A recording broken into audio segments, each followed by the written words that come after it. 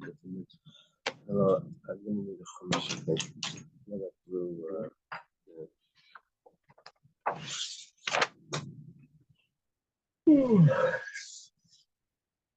Thank you. Okay.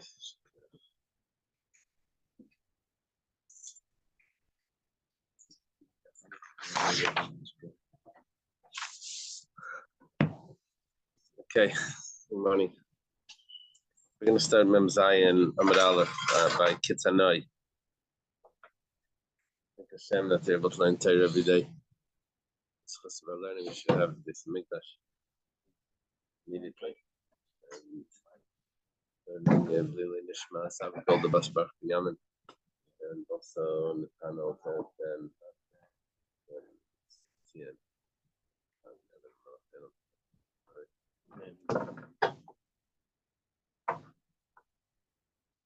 and we had a discussion what type of not what type, but who owns the sudar, who owns the cloth, the handkerchief that's used by Kenyan. Is it the seller or the buyer? It's Machlekes Rav and Levi. Rav said that it's the purchaser's cloth. He gives the cloth to the seller, and the seller gives him the items, right? So it's coming from the purchaser to the seller. That's Rav's opinion. And Levi said it goes the other way. It makes it look like the purchaser is getting two things. He's getting a cloth, and he's also getting the item.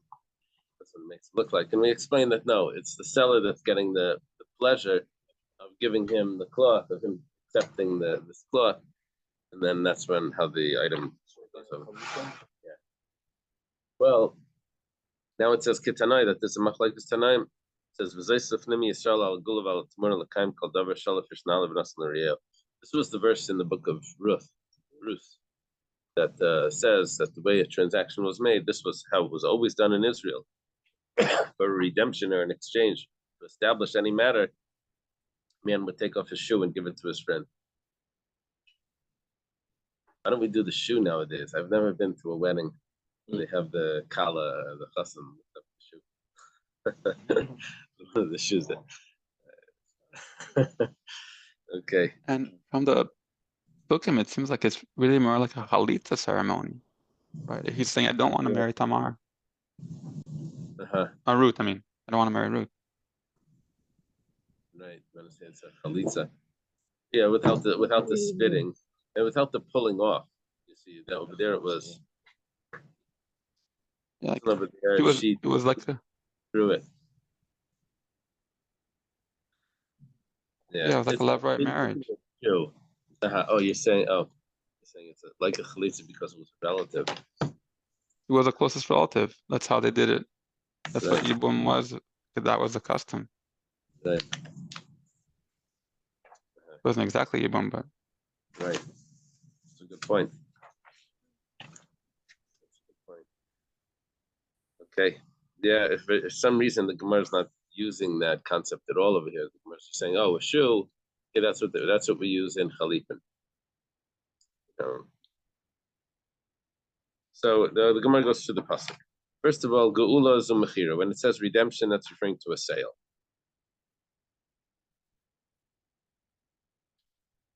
We're talking about sale meant that someone gave money, but they didn't make a kinyan yet. How do you make the kinyan? It's with the shoe or with the cloth. La yigal can't be redeemed. We're talking about if someone sold the field and shmita, that's the yovel and getting it back. Tamura, it says an exchange to chalipin, to exchange. It's talking about the loss of tamura by a carbon. The kaim called over to establish every matter. Shalafish nale, man takes off his shoe, v'nasan l'rio, and gives it to his friend. Minasan l'mi, who takes off his shoe? Well, Boyaz nasan l'goyal. Boyaz, who was the purchaser here, gives it to the goyal, which was the seller. He was giving up his rights, right? So that would be the purchaser gives it. This would follow the opinion of Rav. Rabbi Yehuda says goyal nasan l'boyaz. No, the potential goyal, he sells it to. He's giving it to Boyaz, who is the recipient, which which is the opinion of Levi. Machlekes Rav and Levi. It's really a Machlekes Tanaim. Okay. Yeah, sometimes the Gemara tries to say, no, it's not a Machlekes Tanaim. Over here, the Gemara doesn't seem to mind it. Because it's a brisa. Okay. Tana in a brisa, kainim bekeli afti shem b'shav pruta.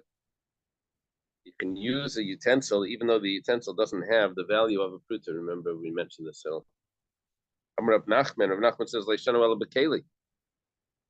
The emphasis over there is that you're allowed to use a utensil. Avol perilai, but you can't use produce. That's Rav Nachman's opinion. Rav Sheshes says no. You can use even produce for a chalipin for an exchange. My time with Rav Nachman. What's the reason for Rav Nachman? Why is he so strict about this? You can only use a utensil. Amakra nalai nalin midachinalai. You can use a shoe, not something else, which means that something that's very similar to the shoe, which needs to be that's reusable or something that's a utensil. My time with Rav Sheshes. So what's Rav Sheshes' opinion? Amakra lakaim kol davar. To establish, he's learning it with any matter, with anything. Lakaim, to establish. Bichal davar, he wants to say that you can use anything to establish a transaction. So Rav Nachman Nami Yaksiv L'Kaim Kol Davar, according to Rav Nachman, also says to establish, which could be translated as with anything. It means you could use anything. So he says, Ahu L'Kaim Kol Davar the Niknim B'Minor. Not to establish with everything, but to establish anything, any matter that you need to use a shoe to establish anything. Rav Sheshes Nami Yaksiv Nali. What does Rav Sheshes do with the shoe? Amach Rav Sheshes Man Nali Davar Mesim Kol Davar Mesim Akut Chatzrim Chatziagas, like just like a shoe. No one walks around with half a shoe. So also, whenever you use one shoe, right? One shoe on, one shoe off. My son John. So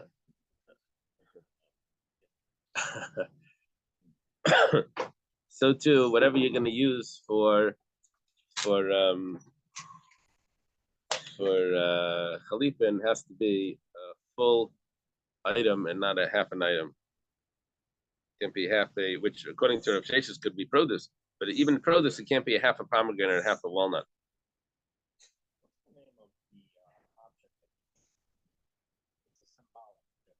I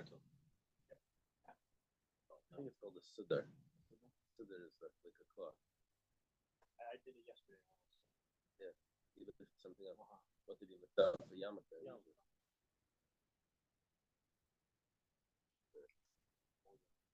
Whole yarmulke. Maybe half a yarmulke.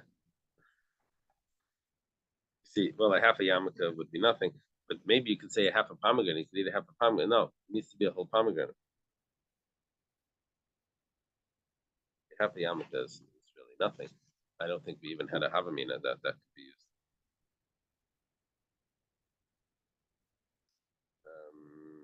The cloth needs to be a 3x3. Probably 3x3 fingers, right? Fingers. That could be the size. That would be the size of a cloth. I'm not sure if it's the size of a cloth.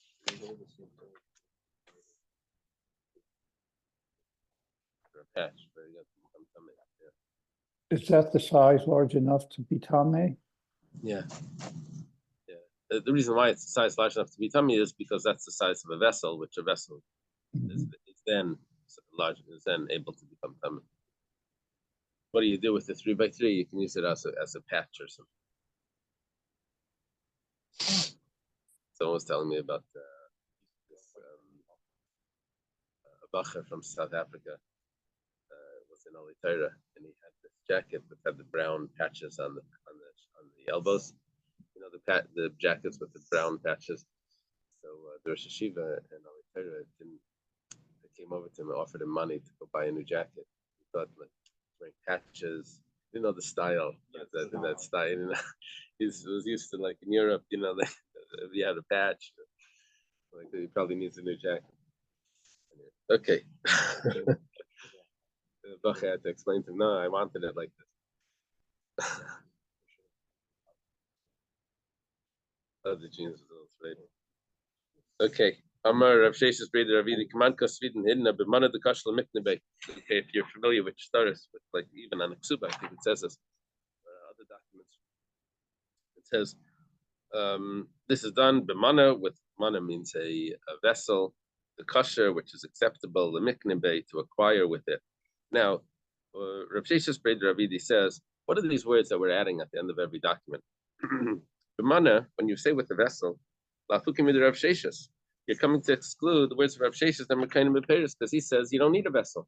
So when we're writing this in the document, we're actually showing what our opinion is. First of all, we don't hold over Rav Sheshes. We need an actual vessel. What does it mean, the kosher? That's acceptable. Lafukim the Shmuel, the Amarkainen B'Maruka. It's excluding what Shmuel says. Shmuel says you can use, they used to make vessels out of manure. And you can't use that. Just because maybe it's not kosher. I don't know. But mikneh, we're excluding that. That's not considered a vessel for us. Not sure why. Maybe is there a note there that says why you can't use it? Why do we say not? No, the reason we can't use that Places says that is it's what you can use it to make cloth, right? Places says that it's a type of material that's used, which is made out of pits from dates that's made to soften the cloth. Now, apparently, that's just a very cheap sort of vessel or something. And that you can't use. What does it say over there? What's the reason? Hot water, that's what You can't use it with hot water. Oh, it's not a vessel because you can't use it with hot water. Yeah. Okay, that's good. That's a good answer. Oh, so what's the main reason? Just because you can't use it with hot water. Okay, lafuke lemikne. What does it mean to acquire with? Lafuke midalevi. This is excluding what we were discussing because we had a machlekes between Rav and Levi. Whose vessels you use? So it says lemikne, to acquire with it. So to acquire with it would mean that the purchaser is giving it to the seller, and with him giving that to the seller, he's acquiring. Lafuki midalevi, to exclude what Levi says the seller gives it to the purchaser. Damar b'kev shamakne, that it's given with the seller gives it. Mashal lemikne v'loy la'aknuye, probably to acquire with it and not to cause to acquire. So it's actually the acquisition, not to allow the acquisition.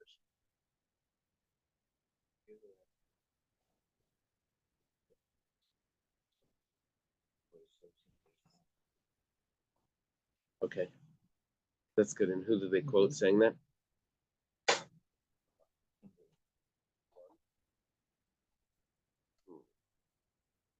Vinny Yanison quoted in sheets. That's this.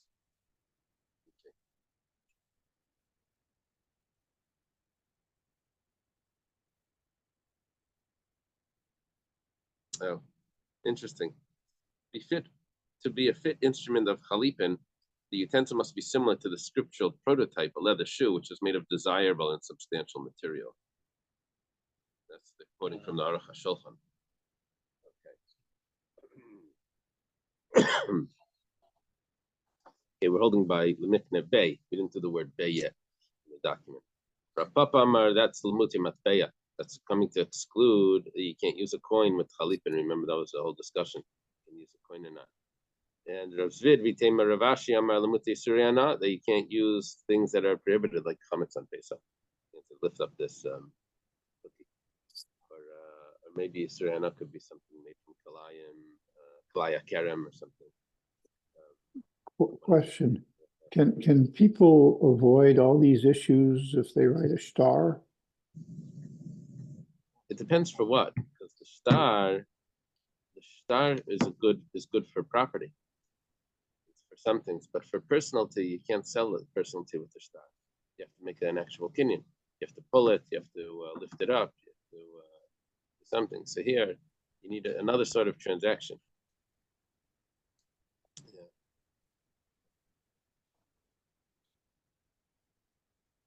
So you really couldn't buy something that's in another place or another time. Yeah. So for that, you're going to need to use this chalipin, this suda. You need to use cloth. Yeah. Hillel says that Isuri Hana would be something that was a utensil that was used for with an idol. No, that could be Athabana.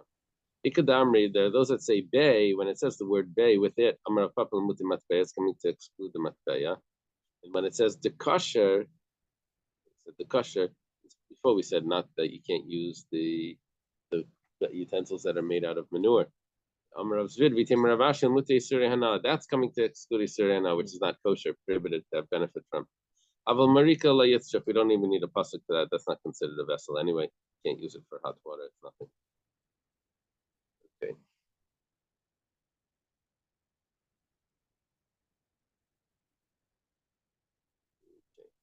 Holding now by Asiman Kaines Matbeya. Asiman, we said, was like a blank coin. That's not considered the currency. That's considered the commodity. And therefore, when the person takes the blank coin, that's when the kinyan takes effect. Not the other way. Not when the person takes the real coin, the currency, does they acquire the blank. Maya Siman. What is this blank that we're talking about? Amar Rav says, apparently, when someone would go to the bathhouse, he would give a blank coin. It was some cheap coin that was used as a token. It was a token that the attendant at the bathhouse should know how many people he needs to prepare towels for or whatever. How many people are in there? How many backs he has to scratch? I don't know what they did in those days. Right? They would have a guy over there banging it. Meisvei Amarav, right? Yeah, okay. Meisvei, the Gemara asks a question. Ein mechal and meiser sheni ala siman. You can't use. You can't. What's it called? Sanctify, deconsecrate meiser sheni using a siman coin, using a token. You also can't use the money that's given as a token in the base in the bathhouse. Okay, now you said two things now. Obviously, it's not the same thing. If it's the same thing, then I wouldn't have said it twice. So well, maybe it's explaining. Siman, asimain, dahaino, which is this token. It says that's impossible to answer like that.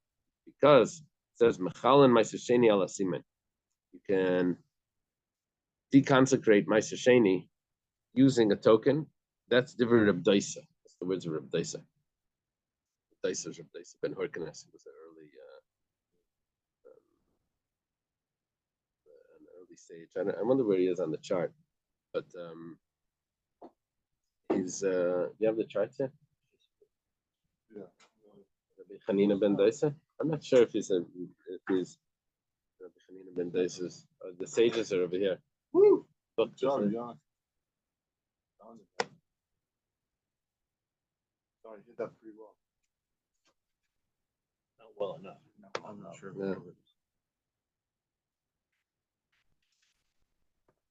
Yeah. Over here they have. He's a student of Shammai. Daisa Ben Horkenes. Oh, maybe. Yechanan Ben Horkenes. They have right under him. They have Rebbe Daisa, but it's without a line. I think it's just they're playing with it, they're suggesting that maybe it's. Yeah.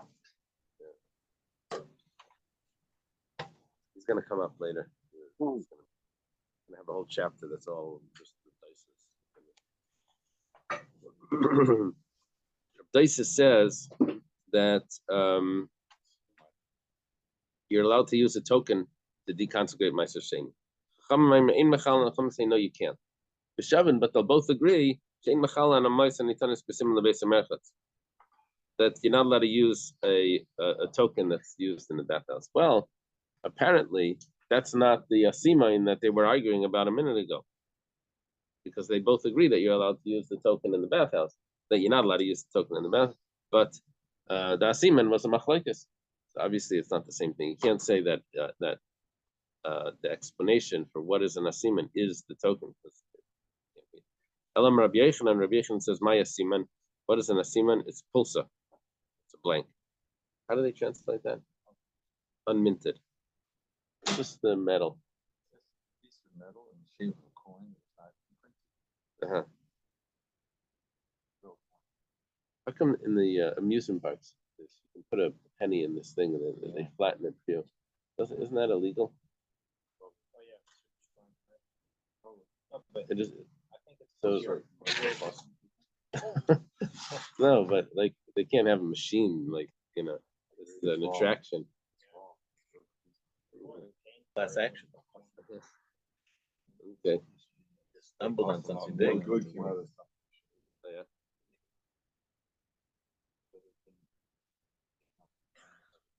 Uh-huh. He did that in Canada. They took up Oh, really?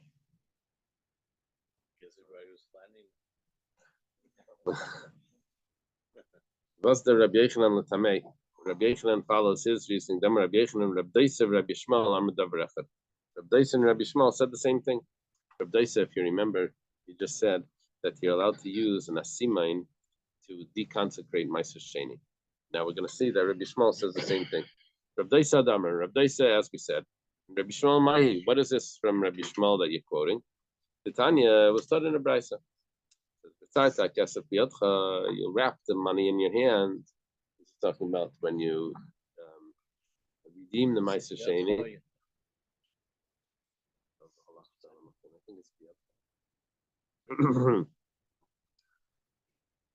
And then you wrap it in your hand, and then you're going to take it to you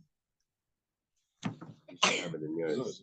Yours, the mother should have on the side. I should say. So, and then you're going to take it to Yerushalayim. Now, that's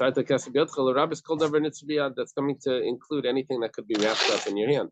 The Rabbi Shmuel, that's what Rabbi Shmuel holds. Well, so far I don't really see that it means a coin, the blank coin, but let's see. Rabbi Akiva says that it needs to have something that has on it a image. It means it's specifically not a blank. So Rabbi Shmuel is arguing with Rabbi Akiva. He holds that you can use anything. Rabbi Akiva says only something with an image. Rabbi Shmuel must be saying that you can use blanks as well, which is exactly what Rabbi Daisa held.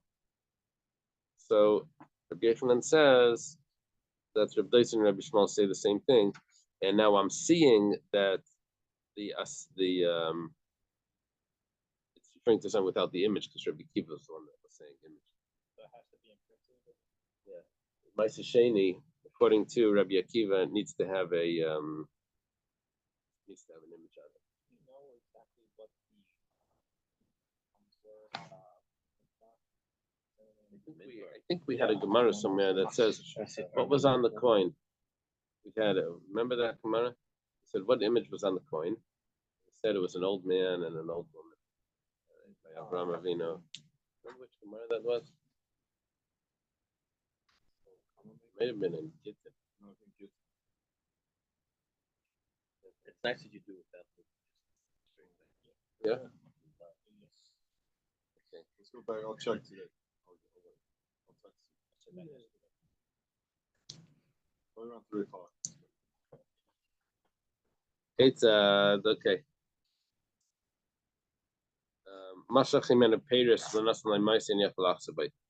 Said that if someone takes the fruits but he didn't give the money, then he can't retract. He gave the money but didn't take the fruits, then he can retract. Then okay. So Amar Rabbi Yochanan, this is the source of this whole chapter. If you found this chapter a little bit confusing, unclear, it's all based on this machlekes that we have right here. This is really the foundation of this Gemara. Amar Rabbi Yochanan says Dvar Torah ma'is kainas. Really, according to the Torah, really, if once you give the money, that's the acquisition. That's the biblical law. We learned this yesterday and the day before. Why do we say that it doesn't work? You have to actually take the item. That's because the seller could tell to the buyer, "Oh, you paid the money. Thank you so much. I'm so sorry. Your wheat got burnt in the attic. The fire broke out, and I managed to save everything, but I just couldn't get to that. Tough luck." So the Gemara says, "Safe. Man shadid leika by shlumi." What's the problem? So he's gonna have to. The guy that started the fire is gonna have to pay for it. So it's not like a real loss over here. He'll get his money back, insurance. Maybe it's going to be no one's responsibility on preventable circumstances. No one's going to have to pay. Like, for example, if it was like a wind that was hurricane type wind, then you'd be exempt. It's only if it's a normal wind where the person would be obligated. But if it would go under his domain, in other words, if we keep it as the seller's own property, then the seller is going to, when he's saving everything else, he's going to save that as well. He doesn't want to lose that. That's his. Even though he received money for it, but it's still his because he hasn't done Mashiach. We lie, but if we don't say that it's his, we say that it automatically belongs to the purchaser. He won't give over his soul to save it. He won't put in the extra effort to save the item because it doesn't belong to him. Rish Lakish says, Mashiach Mefereshes Minat Torah. Exactly the opposite. He says, no, you're making up this whole decree. It's not a decree. That's the original understanding that you need Mashiach. You have to pull it. My time at the Rish Lakish. What's the reason for Rish Lakish? Shamakra says that it says in the pasuk. It says someone will sell something to his friend, a purchase to his friend, an item that's being sold. Or he acquires something from his friend. Now it says from the hand of his friend. That means davar hanikna miyad liyad. It means that how do you acquire something? Pass it from hand to hand, which is basically mashicha, masira, hakba. Means you have to actually take the item in your hand and you have to do something with it, either pull it or lift it. Rabbi Yochanan says miyad. When it says the word hand, that's the mute karka less be'ena. You see, that verse was discussing price fraud. What was the word you told me yesterday? Exploitation. Price fraud. That you can't overcharge someone. So it's coming to tell us when you buy something, you can't overcharge. Now, when it says miyad, Rabbi Yochanan says that there's no such thing as overcharging when it comes to real estate, because the value comes in. Right. Rish Lakish, what does Rish Lakish say to that? He holds it the same thing.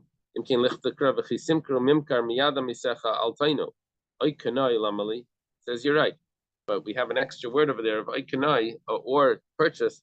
What is that coming to teach me? It's coming to tell me that we're talking about something that's handed over, and only when it's handed over does he acquire it. But yeah, miyad could also actually teach me, not karka. He's agreeing to Rish Lakish that real estate does not have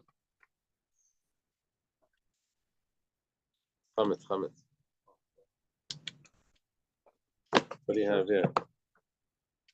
Oh wow, it is Baba Kama. Very good. Hillel said Baba Kama. And Yitzi. Yitzi said Gittin. Yitzi and me are wrong. I knew it was off. It's 97. Taner Rabbanan, the rabbi said, this is the Gemara.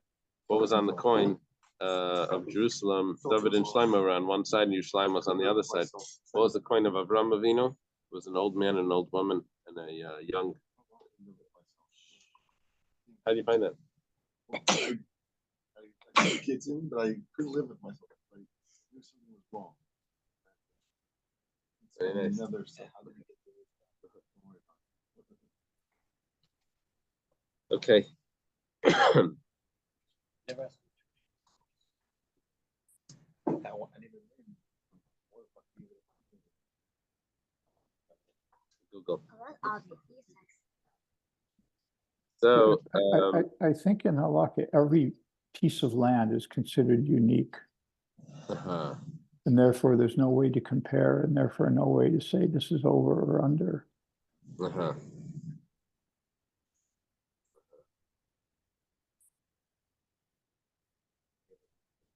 Maybe because of the treasures that could be deep down. Maybe because of the valuable minerals that are deep down.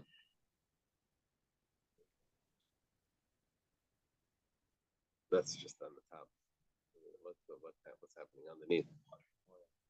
And under that.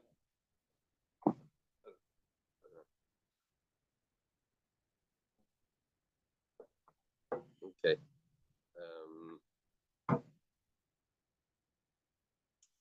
So Rabbi Yochanan, what does Rabbi Yochanan do with Oikanai?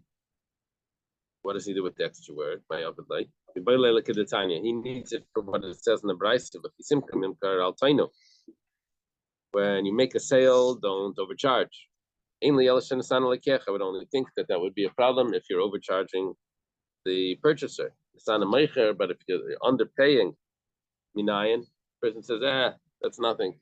I'm not going to buy that for whatever. You're missing the right hand tefillin. So you don't pay, but that's underpaying.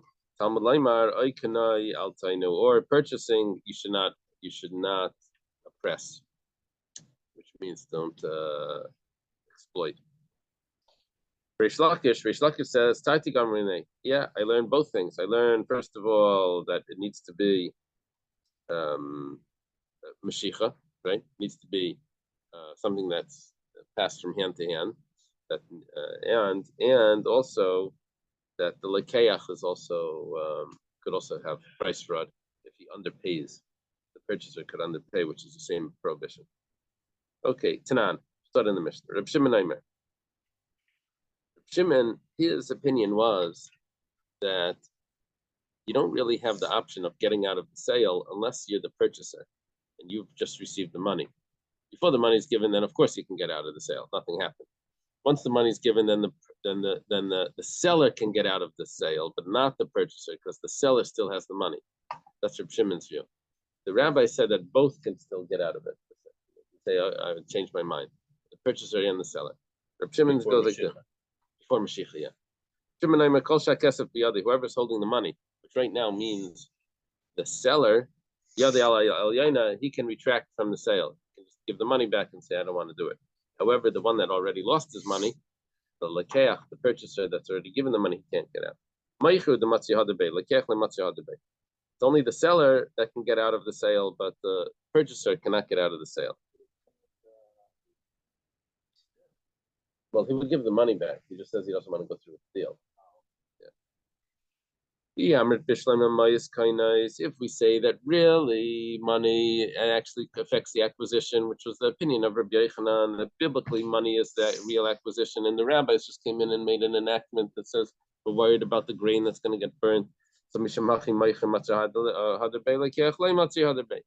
do we say that the seller can retract but the purchaser cannot? Because the sale was really done on a biblical level. We just want that the seller, see, the logic for this would be, for Reb Shimon would be, that the rabbis only enacted that the seller can retract, because that's enough. Because if the seller can get out of it, why would the seller, see, really, what we really need is the purchaser to be able to get out. Because when the fire breaks out and it burns all his produce, then we want the purchaser to say, that wasn't mine, that was yours. I'm backing out of the deal. It was never sold, right? But if the purchaser can't say that, so then what do we gain by the seller being able to say? The seller's never going to say that. If once it's burnt up, he's going to say, I'm backing out of the deal. He's never going to say that. So what's the logic of Reb Shimon? So the logic of Reb Shimon is that if the seller knows that he can back out of the deal, then he thinks that maybe that grain, the price is going to go up. And he may want to back out of it. This is like a loophole in the contracts when they sell the house. If they see that they find a better buyer, they'll be able to somehow get out of that contract and sell it to the person that's paying more. So the seller over here, I'm sorry, what was that? The seller over here thinks that he may be able to get out of it, and therefore and the price may go up. And so therefore he's going to try to save it in case the price goes up, he'll still be able to get out of it. Yeah. He thinks he may get a good deal out of this. A better deal. He's going to save it. Well, it was always his. He just sold it. He received the money for it. He didn't give it to the person yet. But he thinks he may find a better buyer, and he's always able to retract if the price goes up. So he's going to go and save it. That's this opinion. So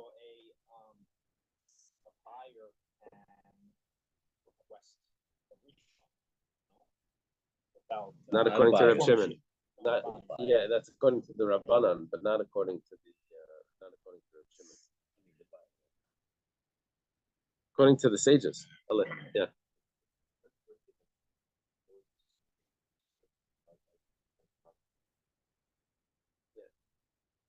The first year, something like that. Yeah. This we're talking about personality, not realty. But if you hold that money is the whole purchase, I'm sorry, yeah, mice ain't kindness. If you hold that money doesn't purchase at all, so what's the significance over here of saying only this one, only the seller can retract from the deal, but the purchaser can't? According to Reish Lakish, if Reb Shimon holds like Rabbi Yochanan that says biblically it works, biblically money works, then we understand why we're being strict on the purchaser that he can't retract, because biblically it works. But if it's according to Reish Lakish that says even biblically it doesn't work, so then why are we being strict on the purchaser that he can't retract? There's nothing happened here. Reish Lakish will say to you, I never said that that's Reb Shimon's opinion, that biblically money doesn't purchase. According to Reb Shimon, you're right. According to Reb Shimon, money does purchase. I was talking about the opinion of the sages. The sages that say that they both can retract, that's because on the biblical level there was no purchase yet. That's the sage's opinion. Now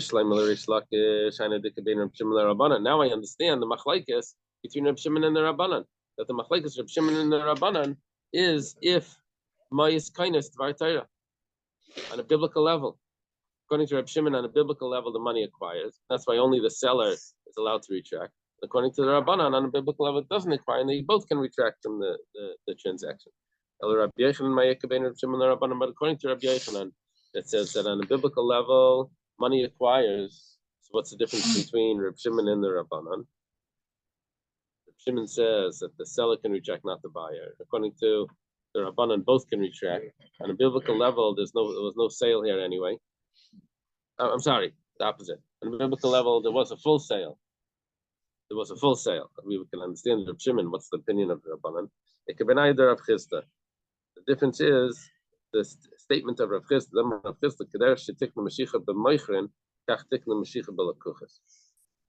Just like the seller can always retract until the Mashiach is done, so too the purchaser can retract until the Mashiach is done. Yeah.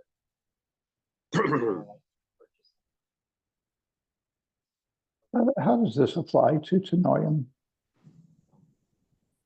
I mean, I'm trying to identify who's the buyer and who's the seller. It seems like either party could retract, because all they have is promises about what they're going to do financially. Right. That's a different story, because that's not a real purchase. That's just an agreement to go forward. But that doesn't also say who's going to pay for what? Yeah, but it's not handing things over from one to another. We're just making this agreement that if one of them backs out without any cause, without any good reason to back out, they're going to owe the other person for their debts.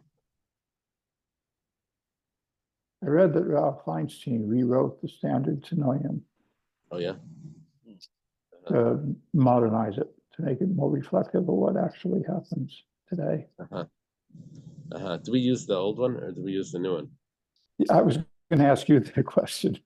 I know there's different Tanoim. When you get up to read them, they're always like slightly different.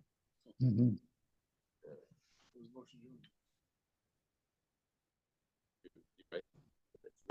No one wants it.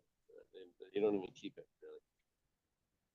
So you can have an agreement, but you can't purchase something with just a piece of paper. Seems. Yeah, that's right. I'm sorry. What, on the piece of paper? Yeah, no. The piece of paper just records the agreement, but the actual transaction is the main thing. That's just the record. The Kenyan suitor is the thing. Is the transaction, and then in the document it says what they agreed to. The witnesses sign that they made a kinyan. That's why they write that last word in Bekanina. We made a kinyan. Right. Okay, so what's going on now is that logic that we were saying before, that just like in order for the seller to retract in, you need to have the Mashiach, so too by the like Keach needs to be Mashiach. So it works like this. Reb Shimon less later Reb Chizda. Reb Shimon doesn't have what Reb Chizda is saying. According to Reb Shimon, it's perfectly enough, the rabbi's enactment, that the seller can retract, for the seller to risk his life to save the grain from the fire. Rabbanan Rabbanan hold that no, you need to have also that the purchaser could be able to retract as soon as he sees his grain was burnt. He says, "Okay, I'm out of the deal." Okay. Nan, start in the Mishnah.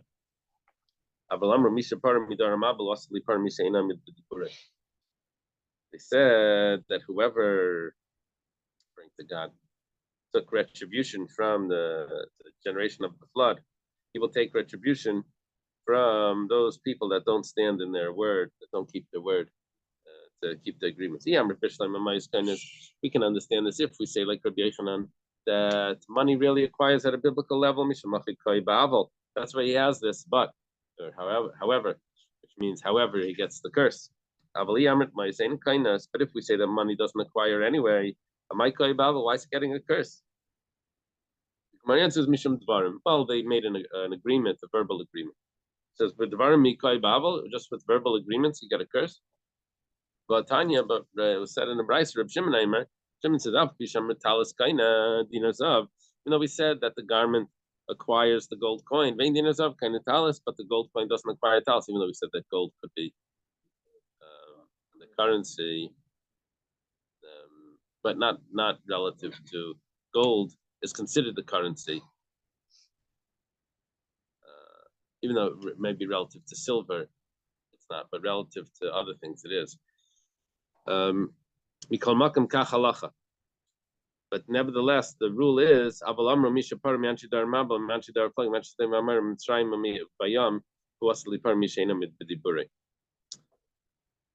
even though we said that the gold coin doesn't acquire the talis, and that's the rule. However, if the guy decides to back out, so then he gets this curse of the one that took retribution from the flood, of people of the flood, from the people of the dispersion, from the people of Sodom and Amorah, from the Egyptians by the sea. The Egyptians in Egypt, by the sea, it's even worse, right? He's going to take retribution from the person that doesn't stand in his word. But someone that's just talking and making agreements, that's not a kinyan. And someone that retracts from that, the sages, the spirit of the sages is not pleased with him. Well, that doesn't mean he gets the curse, it just means the sages aren't pleased with him. Rava says, for us, that's what it means. It means that if the person doesn't keep his word, the sages aren't pleased with him. That's if there was no money. But once there's money, then he gets the curse. Now the idea over here is that according to Rish Lakish,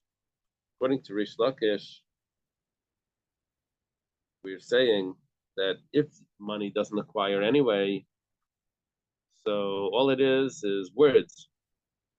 And we're saying that words, you don't get the curse. So why, when you give money, is there the curse? And when just words, there's no curse. They're just not pleased with you. If money doesn't do anything, it should be exactly the same as words. The Gemara answers, no. Words plus money, I know money doesn't make the transaction, but it's much stronger. Words plus money is considered, they get the curse. But words without money, like Bavel, he doesn't get the curse. Okay, we should leave it over here. Rolling. Getting rolling, yeah. Not trucking. Falling behind a little bit. Yeah, Wow. could we ask Hillel if there's going to be a shear on Thursday night, would he please send out a note? Let us know. Yeah. Right now, it looks like there will be. Okay, thank you. Isn't it, You know, isn't? Oh, I don't know we'll what have to the brain figure it out. just wanna remind everybody of our. Yeah,